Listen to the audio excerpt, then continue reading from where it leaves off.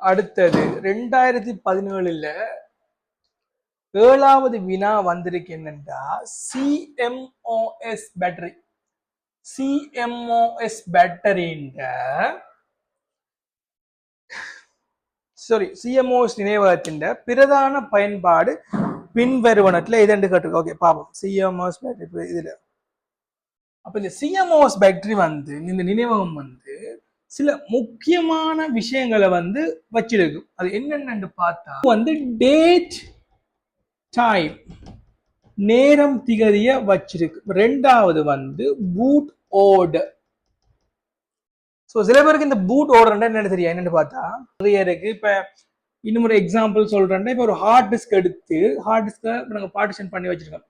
பார்ட்டிஷன்ன்றது இதான் ஒரு வன்வெட்டுண்டா அதை நாங்க local disk C, local disk D அல்லது எஃப் ஏதாவது ஒரு நேம் வச்சு இது ஒரு 200 GB, இது ஒரு 500, இது ஒரு 500 GB, இது ஒரு 200 GB, 250 GB, இது ஒரு 250 GB ஒரு 1 TB ஹார்ட் டிஸ்கை நாங்கள் பிரித்து வச்சிருக்கோம்னு நினைப்போம். ரைட்டா?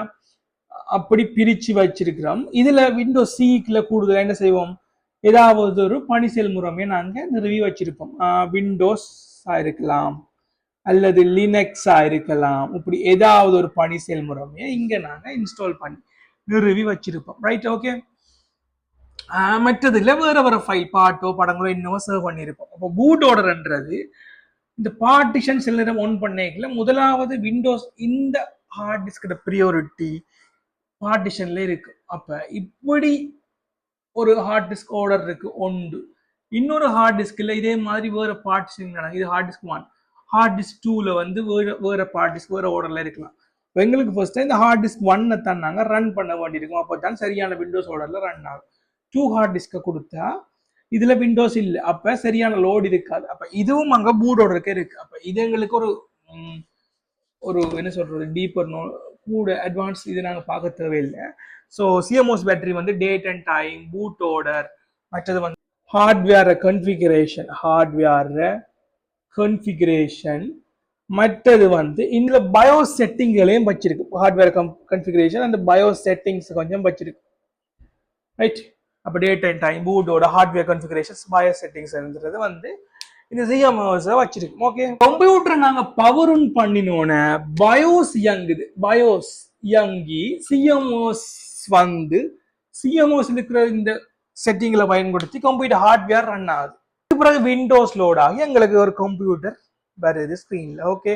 அப்ப சிஎம்ஓஎஸ் என்னத்த மெயினா வச்சிருக்கா இங்க இப்ப பாத்தீங்கன்னா சொல்ற பயோஸா வச்சிருக்கு. பேசிக் இன்புட் அவுட்புட் சிஸ்டம். ஒரு கணனியின் அடிப்படை தொழிற்பாட்டுக்கு தேவையான ஒரு நெறிமுறை என்ன சேவையோ அதை வச்சிருக்கு. அப்ப இப்ப நாங்க கேள்விப்படியே பார்ப்போம். கேள்விப்படி பாக்குறோம் என்ன சிஎம்ஓஎஸ் பிரதான பயன்பாடு ஒன்று முறை வழியாக்கத்துக்குரிய உள்ளீடுகளை வச்சிருச்சு. முறை வழியாக்கத்துக்கும் உள்ளீடுக்கும் இந்த சிஎம்ஓஎஸ்க்கும் சம்பந்தம் இல்லை. அது உள்ள கீபோர்டோ மவுஸ்ல இருந்து போற உள்ளீடோ இல்ல ஸ்கேனர்ல இருந்து வர வெளியீடு அங்க அதுகள் இருக்கும். ரெண்டாவது செய்திகளுக்கான அறிவுறுத்தலை கொண்டிருத்தல்.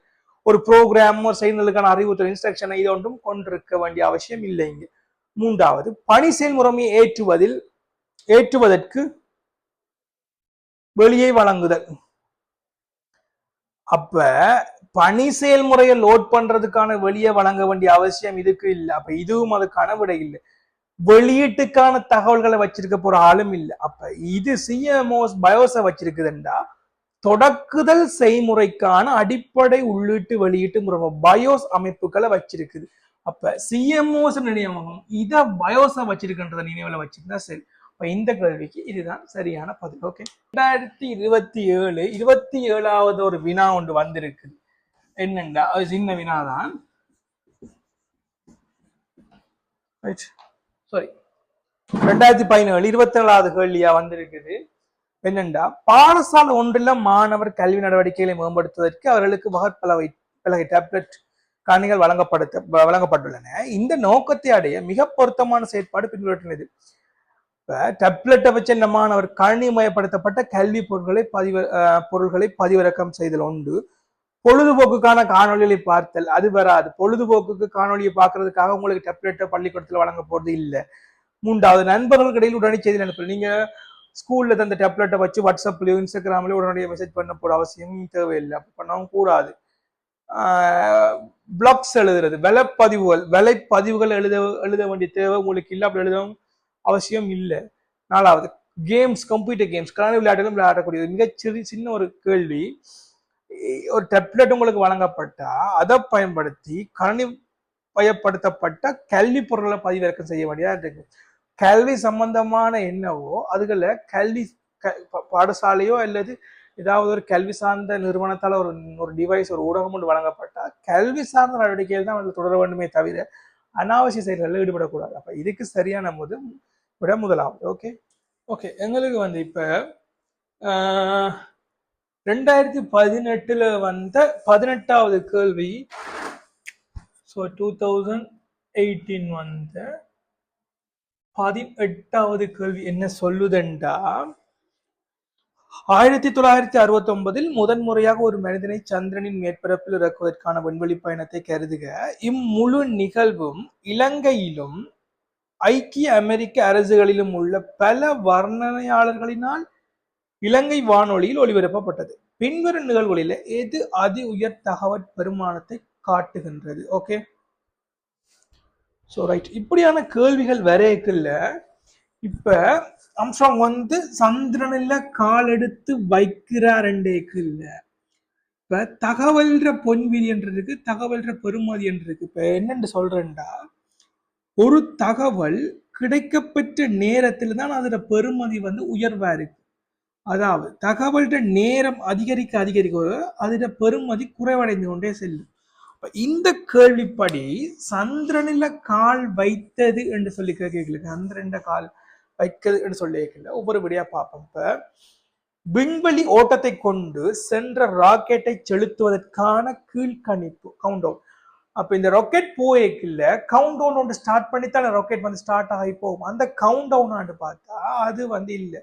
கவுண்ட் டவுன்ல கால் வச்சாரா, கவுண்ட் டவுன்ன்றது கீழே இருந்து ராக்கெட் போகுது. அப்ப அவர் அங்க போய் கால் வைத்தாரா, கால் வைச்சிருக்கலாம், இல்லை வைக்காம போயிருக்கலாம், தடங்கள் வந்திருக்கலாம். அது வந்து ஒரு சரியான பெருமதியான தகவல் இல்லை. அடுத்தது புவியின் ஈர்ப்பு புலத்தில் உள்ள விண்வெளி ஓடம் புகுந்த கணம். புவியின் ஈர்ப்பு புலத்தில இருந்து விண்வெளி ஓடத்துக்கு போன கணம் வந்து வராது. ஸோ அதுவும் சரியான தகவல் இல்லை. 4வது விட தான், அவர் எப்ப நீல் ஆம்ஸ்ட்ராங் வந்து சந்திரன்ல கால் எடுத்து வைக்கிறாரோ அதுதான் மிக உயர்ந்த தகவல் பெருமானம். எங்களுக்கு என்ன தேவை, என்ன செயல், எந்த கணம், எந்த நேரத்தில் நடந்திருக்கிறது தேவையான செயல். அப்போ அந்த டைம்ல தகவல்கிட்ட பெறும்போது உயர்வா இருக்கும். மற்றது எல்லாமே சின்ன சின்ன விஷயங்கள். அது மிகவும் ஒரு சிறிய கேள்வி.